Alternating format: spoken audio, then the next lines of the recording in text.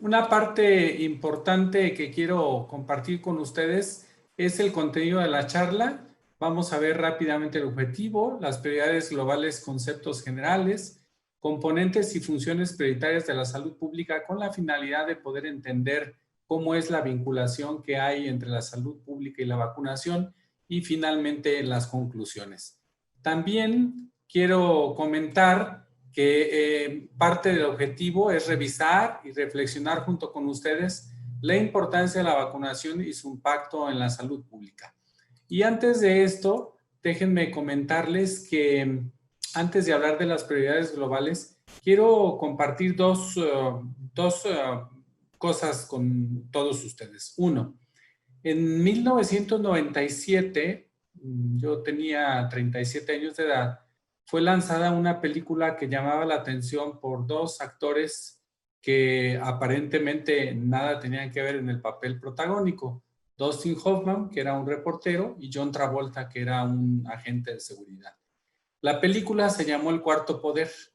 ¿Y por qué hago referencia a esto? Porque desde entonces, y me parece que desde siempre y todavía hasta la fecha, el periodismo en general, y por qué no decirlo, el periodismo en salud y la investigación en salud, forman justamente lo que puede convertirse en el cuarto poder. Creo que todos ustedes entenderán a qué me estoy refiriendo.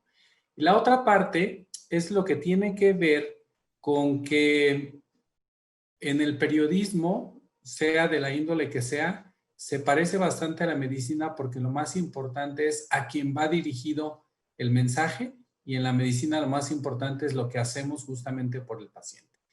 Bien, una vez dicho esto, miren, en el mundo hay prioridades globales. La Organización Mundial de la Salud justamente es la que lleva la batuta en relación a las prioridades de salud en todo el mundo y de las acciones que deben de tomarse cada año, o por lo menos con panoramas hasta 10, 15 años con los logros. Sin embargo, me parece que, como ya lo han dicho, pues nadie esperaba justamente que el siguiente año, que es el 2020, en el cual vivimos, justamente apareciera esta pandemia. Y debo de decir que hay muchas prioridades en salud, muchas de ellas como la resistencia bacteriana, la gripa pandémica, la contaminación ambiental, todo lo que tiene que ver con VIH-Sida, disponibilidad de medicamentos, contaminación, los grupos antivacunas, los migrantes, pero muy en especial comentarles a ustedes que una parte importante es que todas estas 10 acciones prioritarias de la salud en la OMS, todas van dirigidas a la prevención. Y justamente, como lo acaba de decir el doctor Campillo, la prevención también implica la salud mental. También, de una manera muy rápida, estas funciones de la OMS en la salud pública, que es justamente lo que quiero centrar, tiene funciones básicas. No voy a leer todas porque ustedes pueden verlas en pantalla, pero quizá la más importante es ofrecer el liderazgo en temas cruciales para la salud y participar en alianzas cuando se requieren actuaciones conjuntas. Y el mejor ejemplo justamente es lo que estamos viviendo ahora con esta pandemia del coronavirus. La otra parte es que la otra función que es muy importante es que debe de seguir de cerca la situación en materia de salud y determinar las tendencias sanitarias. Esto nos va a nosotros orientando a justamente cómo cada país va enfrentando la situación y cómo se van adquiriendo experiencias de otros países. Ahora bien, la salud pública es una cuestión que ha ido cambiando a lo largo de la historia, y hay evidencia de que este concepto de salud pública, justamente en conjunto con la humanidad y las herramientas e instrumentos de intervención disponibles, que ya también fueron tocados previamente, pues tienen el antecedente desde 1920 con Winslow. 1992, el doctor Frank hizo una aportación muy importante, y finalmente hay una definición que tiene la OMS en donde lo define como un esfuerzo organizado de la sociedad, principalmente a través de sus instituciones de carácter público, para mejorar, promover, proteger y restaurar la salud de las poblaciones por medio de actuaciones de alcance colectivo. Y miren, justamente el esquema de lo que tiene que ver como órgano rector, el Gobierno de México, obviamente la Secretaría de Salud, todas las instituciones públicas que tienen atención a la salud, como lo pueden ver ahí, IMSS, ISSSTE, Pemex, SEDENA y SEMAR, y en una parte importante la corresponsabilidad de la Subsecretaría de Prevención y Promoción a la Salud, que justamente es donde recae esta responsabilidad y tiene que marcar las directrices. Pero aparte, un componente muy importante de la salud pública o sus objetivos primordiales es prevenir enfermedad y discapacidad, fomentar la salud física y mental, y aquí nuevamente se apoya lo que dice el doctor Campillo, pero con una finalidad que no siempre se logra, que es prolongar la vida. Y para esto, pues obviamente tiene que hacer esfuerzos organizados de una comunidad, tiene que haber un buen saneamiento ambiental, afrontar los problemas de salud y tratar de que la mayoría de la población mantenga un nivel de vida adecuado. Justamente aquí es parte de lo que se reflexiona en las intervenciones anteriores de cómo estamos en México como sociedad.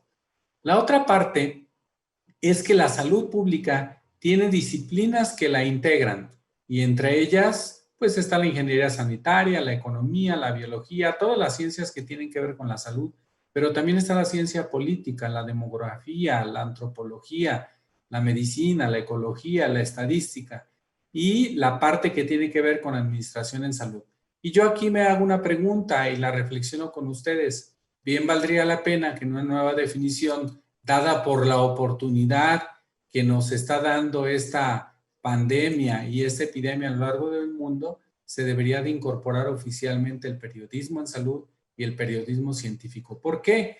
¿Por qué lo comento así? Porque finalmente a lo largo de la historia hay evidencia muy probada de que han tenido beneficios para la salud pública. Siempre que sea manejada con responsabilidad y que me parece que ustedes como periodistas es justamente lo que buscan. Son comprometidos con su trabajo, se hacen una alianza muy importante con el prestador del servicio de salud o con el que tiene la información, como ya lo dijo también la doctora Sepúlveda, una información veraz, científica, que esté bien sustentada. Y justamente como ustedes lo utilizan, un término que los he escuchado mucho es, estamos buscando la nota, pero una nota que sea veraz y que además no los comprometa en su quehacer del periodismo. La otra parte es que estas acciones, y justamente yo voy a apoyar lo que ha dicho el doctor Campillo, es que el fomento y la protección a la salud en un nivel de atención primaria debería de ser fundamental. Y nuevamente ante ese panorama se está fortaleciendo el tercer nivel de atención justamente porque no estábamos preparados para esto aún a pesar de que había avisos de que esto pudiera suceder. La otra parte es que en esta parte de la prevención primaria y fomento y protección a la salud justamente es donde enclava el programa de vacunación y que hay un programa de vacunación universal especialmente para los niños, pero que existen vacunas para todos los grupos de edades y que definitivamente deberíamos estar preocupados por tener un esquema de vacunación acorde a nuestra edad. Una parte importante es que quizá las vacunas han sido víctimas de su propio éxito. Y esto lo comento porque estas vacunas o las vacunas y la vacunación en general pues obviamente ha incrementado una vida global alrededor de más de 20 años para cada uno de nosotros. Y eso es en relación a la muerte, porque si lo hablamos en relación a secuelas, simplemente con la poliomielitis, pues nosotros podemos ver en una etapa de transición cómo afortunadamente se ha logrado controlar en el país y con esto mejora la esperanza de vida y los días perdidos de salud. También la vacunación, como es muy evidente, ayuda a prevenir enfermedades y discapacidades y fallecimientos. Justamente por eso estamos a la espera de que pronto haya una vacuna para combatir esta pandemia que nos ha hecho reflexionar tantas y tantas cosas. También es menester decir que se han evitado anualmente entre 2 y 3 millones de muertes cada año en el mundo gracias a los programas de intervención de vacunación. Pero además si se vacunara a toda la población que por alguna situación no recibe las vacunas que debe de tener, en especial en poblaciones que son alejadas o de difícil acceso, se pudiera salvar hasta 1,5 millones más de vidas. También debo de reconocer que México es uno de los mejores, México tiene uno de los mejores esquemas gratuitos de vacunación de todo el mundo. Sin embargo, afronta problemas importantes de cobertura, particularmente, como lo dije, en las comunidades pobres y marginadas. Pero en especial, pues obviamente nos preocupa que los niños son los que casi siempre son más afectados. Y miren, los datos de la OMS que les voy a compartir prácticamente son los que les acabo de dar las cifras, pero una parte importante es que podamos mantener una tasa mundial de cobertura de vacunación por arriba del 90%. Y vean ustedes los datos que da la OMS, más o menos se mantienen en un 86%.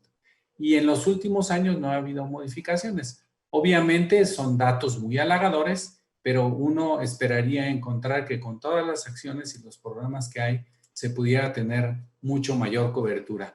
Y miren, esta gráfica es justamente de este comunicado de la OMS. Estas en la primera fila a su izquierda son las vacunas que ayudan a prevenir enfermedades, algunas crónicas, algunas agudas y graves que nos pueden llevar a la muerte, y algunas principalmente para evitar neumonías en toda la comunidad de todos los grupos de edades. La poliomielitis, por demás interesante, y sarampión, por demás también una enfermedad muy contagiosa y que puede llevar a efectos devastadores. Y vean ustedes el porcentaje estimado mundial, cómo varía de un 35 hasta un 82, 86% en todas las vacunas.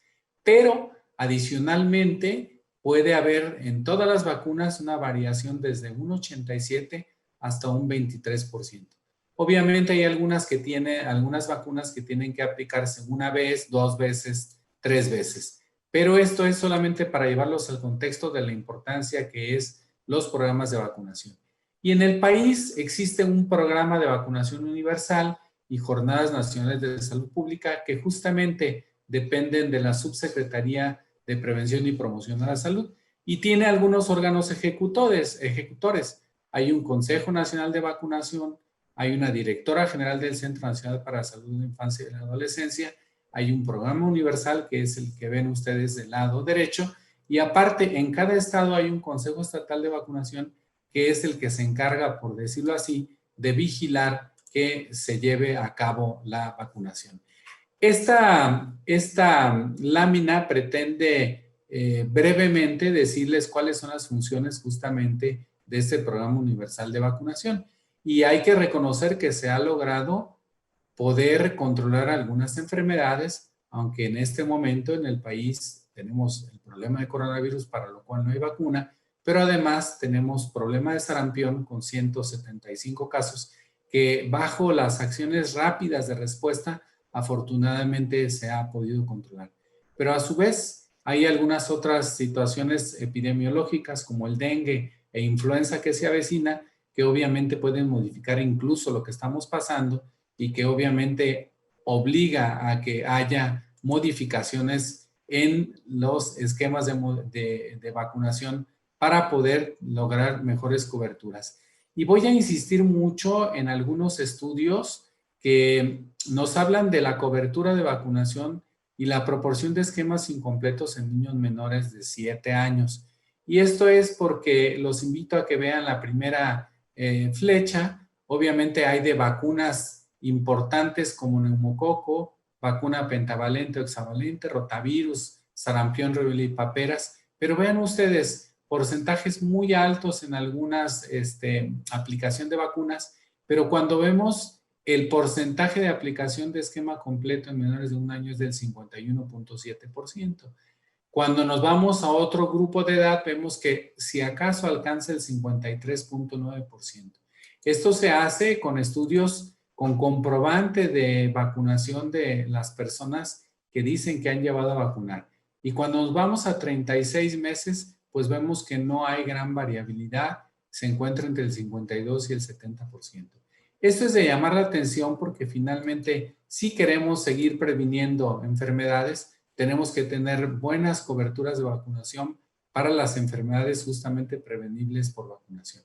Y hay algunas tendencias en vacunación en el país, y una parte importante, y haré referencia, es que la cobertura vacunal que se requiere para seguir controlando el sarampión no es la mejor que tenemos actualmente en el país.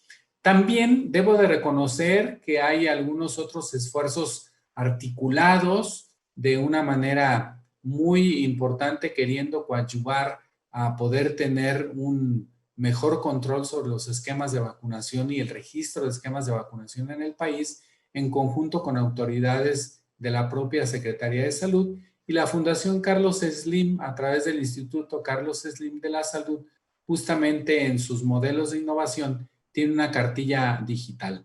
Claro que tienen otros programas que van a fortalecer todas las medidas que hemos hablado de salud pública, entre ellas salud global, investigación. También hay una comunicación educativa muy importante y otras intervenciones.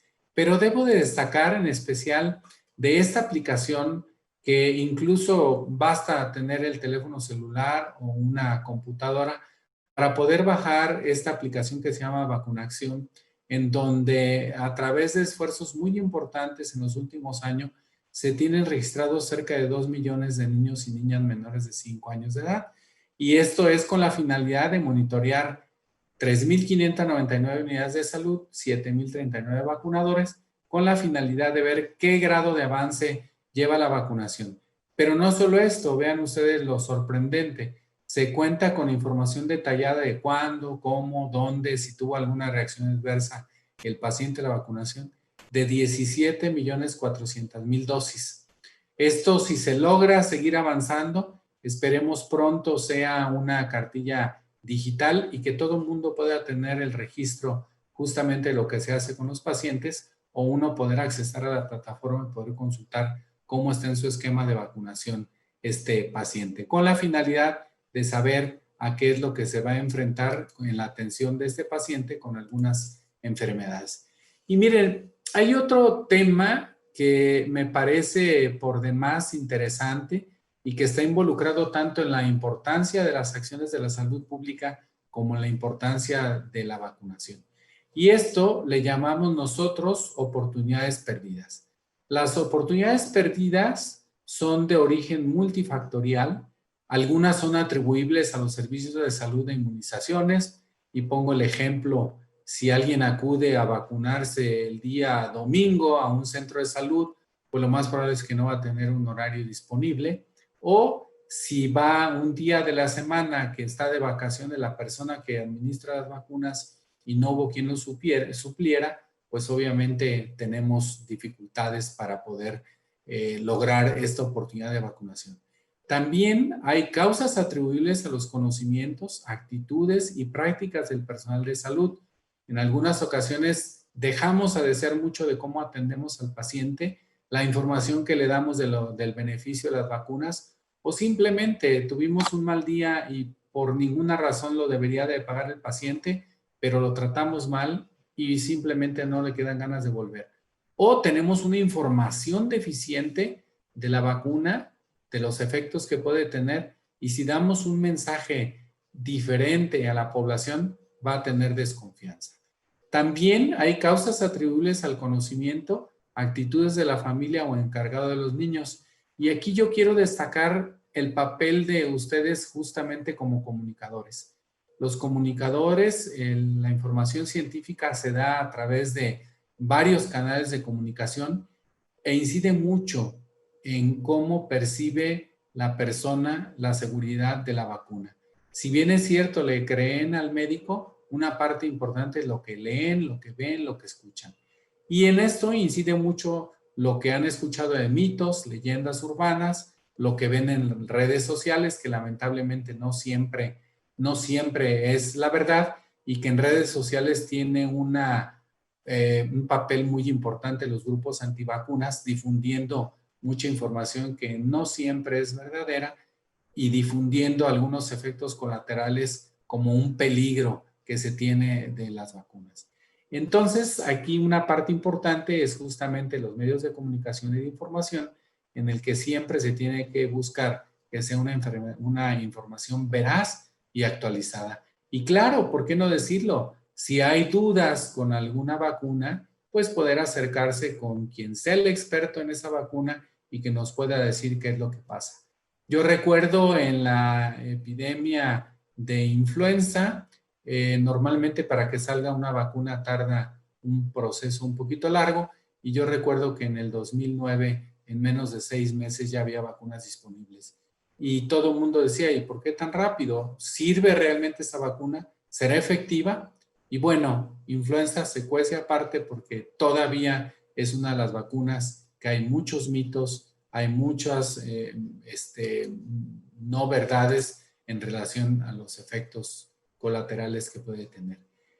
Y miren, lo que tiene que ver con la pandemia, no podía dejar de mencionarlo, y hay datos muy contrastantes. La OMS dice que al menos 80 millones de niños menores de 1 año corren el riesgo de contraer enfermedades como difteria, sarampión, poliomielitis, como consecuencia de que se interrumpieron las inmunizaciones por la pandemia del COVID. Este dato fue tomado cuando apenas habían suspendido 19 países las campañas de vacunación o los programas de vacunación, justamente porque las condiciones de la pandemia o de la epidemia no permitían que se hiciera esto. Y la otra información más actualizada es que a nivel global, al ser suspendidos en muchos otros países que ha afectado justamente la infección por coronavirus SARS-CoV-2 o enfermedad COVID, pues se espera que sean alrededor de 117 millones de niños que puedan ser no inmunizados. Y esto, como consecuencia, va a tener justamente que queden vulnerables para estas enfermedades que pueden ser prevenidas por vacunación y que definitivamente puede ocasionar la muerte o puede de alguna manera dejar con secuelas importantes. Una parte que quiero también compartir es que, y quizá como un mensaje muy directo, es que si nosotros no vacunamos, sería un error con efectos directos para la salud pública.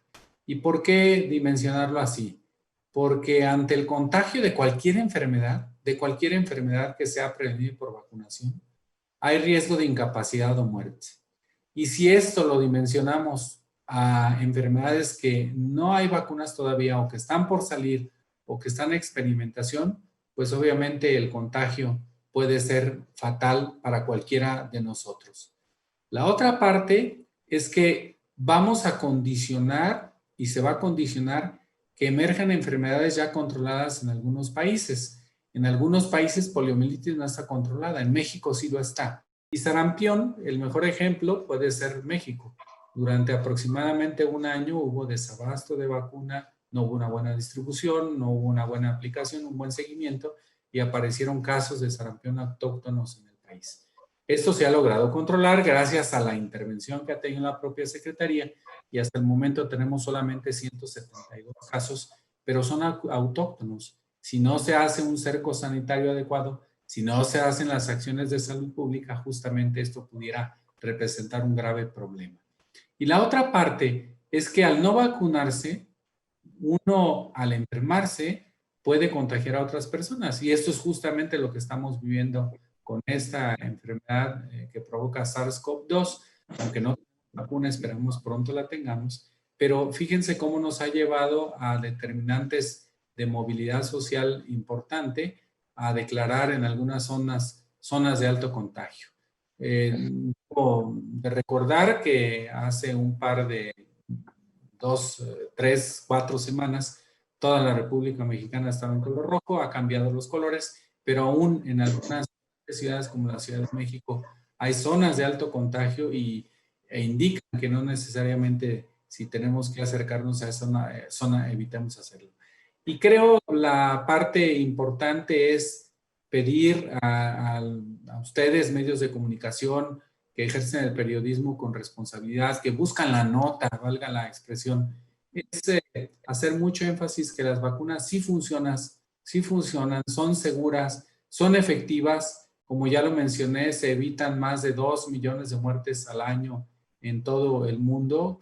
Quisiéramos que se salvaran más, pero finalmente esperemos que puedan avanzar estos programas de vacunación, que puedan fortalecerse las acciones que hacen en salud pública, obviamente para, como lo mencioné al inicio de la charla, lograr perpetuar la vida, pero con calidad y evitar tener enfermedades que nos dejen secuelas.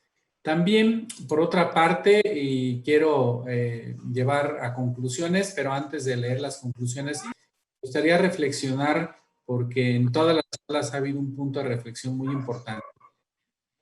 En nuestras manos está poder llevar vacunar a los niños, pero en nuestras manos está poder acercarnos a recibir las vacunas que podemos recibir en todos los grupos de edad. Ojalá no nos olvidemos de nosotros y podamos acudir a vacunar. Y que entendamos que como todo lo que ofrece un beneficio, siempre habrá quien está en contra, y hablo específicamente de los grupos antivacunas. Es un movimiento social, hay que entenderlo desde la sociología y jamás pelearnos con alguien que no quiere recibir este beneficio. Es de su propia decisión si debe recibir una vacuna o no, pero seguramente después de lo que estamos viviendo puede cambiar el concepto en algunos de ellos. La otra parte es que, como conclusiones, la vacunación ha demostrado ser una de las acciones más exitosas de la salud pública. Actualmente se protege contra 14 enfermedades en el país. Yo les digo que no sé si para bien o para mal, puedo ser un buen o mal ejemplo, pero sí recibí la vacuna de viruela, no me dio viruela. Recibí la vacuna de poliomielitis, afortunadamente no tuve poliomielitis ni ninguna secuela. Sarampión también, papera sí me dio 2 veces. Entonces, todo depende de un buen esquema de vacunación para lograr tener una buena salud también. Y en el mundo, reiteraré y lo diré muchas veces, se evitan 2 y 3 millones de muertes al año y pudieran ser más si hubiera más accesibilidad de vacunación o más accesibilidad a los sitios en donde no hay. A mayor cobertura de vacunación, esto es algo que también a veces cuesta trabajo entender, hay un beneficio a la población, lo que se llama una cobertura o inmunidad de rebaño. Mientras más nos vacunemos, más beneficio podemos dar a las personas, aunque no se vacunen. Y eso es algo muy importante. Trabajamos por los antivacunas también, por supuesto. Diversas causas que ocasionan una oportunidad perdida son muchas mal interpretadas. La mayoría no son suficientes como contraindicación o para interrumpir una vacunación. Y por último, tener y dar la información necesaria a los usuarios y familiares debe de acrecentar la confianza sobre la vacunación, y esta, en definitivo, es una tarea de todos. Creo que con esto termino mi intervención. Nuevamente, muchas gracias a todos ustedes. Y esta es una imagen de mi hospital. Bueno, no es mío, obviamente es de ente público. 226 años tiene abierta esa puerta que ustedes ven al frente, y es una vista panorámica de un hospital que tiene más de 1,000 camas. Creo que es el segundo más grande en el país. Hay uno en la Ciudad de México y probablemente el segundo o tercero más grande en Latinoamérica. Aquí tienen un amigo en Guadalajara. Esperemos que esta pandemia nos siga enseñando cosas, nos dé oportunidad, como lo consulté con 3 periodistas que se dedican a la salud. Dicen, doctor, esta es una oportunidad, tenemos deficiencias, pero sin embargo toda la pandemia o toda la epidemia da oportunidad de mejorar. Y por ahí alguien me externaba que se debería de seguir impulsando estos talleres de periodismo, y por qué no, aunque el doctor Campillo a lo mejor me va a hacer alguna seña, pero sí debería de haber especialistas justamente en la información científica, en virtud de que hay toda una estructura en el país para que así lo fuera, y poder evitar el manejo de información falsa, que lamentablemente a veces se le cree más en la población a lo falso que a lo que realmente hay evidencia científica. Por último, déjenme contarles, me tomo un minuto, los chats han crecido enormemente. Ahora ya hay grupos de chat para todos, pero hoy en la mañana me llegó uno así como para ponerlo ejemplo. A nosotros como médicos recibimos llamadas, ¿qué podemos hacer? ¿Qué podemos tomar para evitar enfermarnos de coronavirus? O COVID, como dicen las personas, porque COVID es la enfermedad. pero dice, doctor, me dijeron que ivermectina puede servir, me dijeron que un antiviral puede servir, me dijeron que un estimulante. Entonces el médico pacientemente le dice, no, no sirve, no está probado nada la cuestión científica. Lo que sí sirve es un cubrebocas que le cuesta 50 pesos y lavarse las manos. Y el paciente dice, no, no, no, eso no, porque traer cubrebocas me incomoda.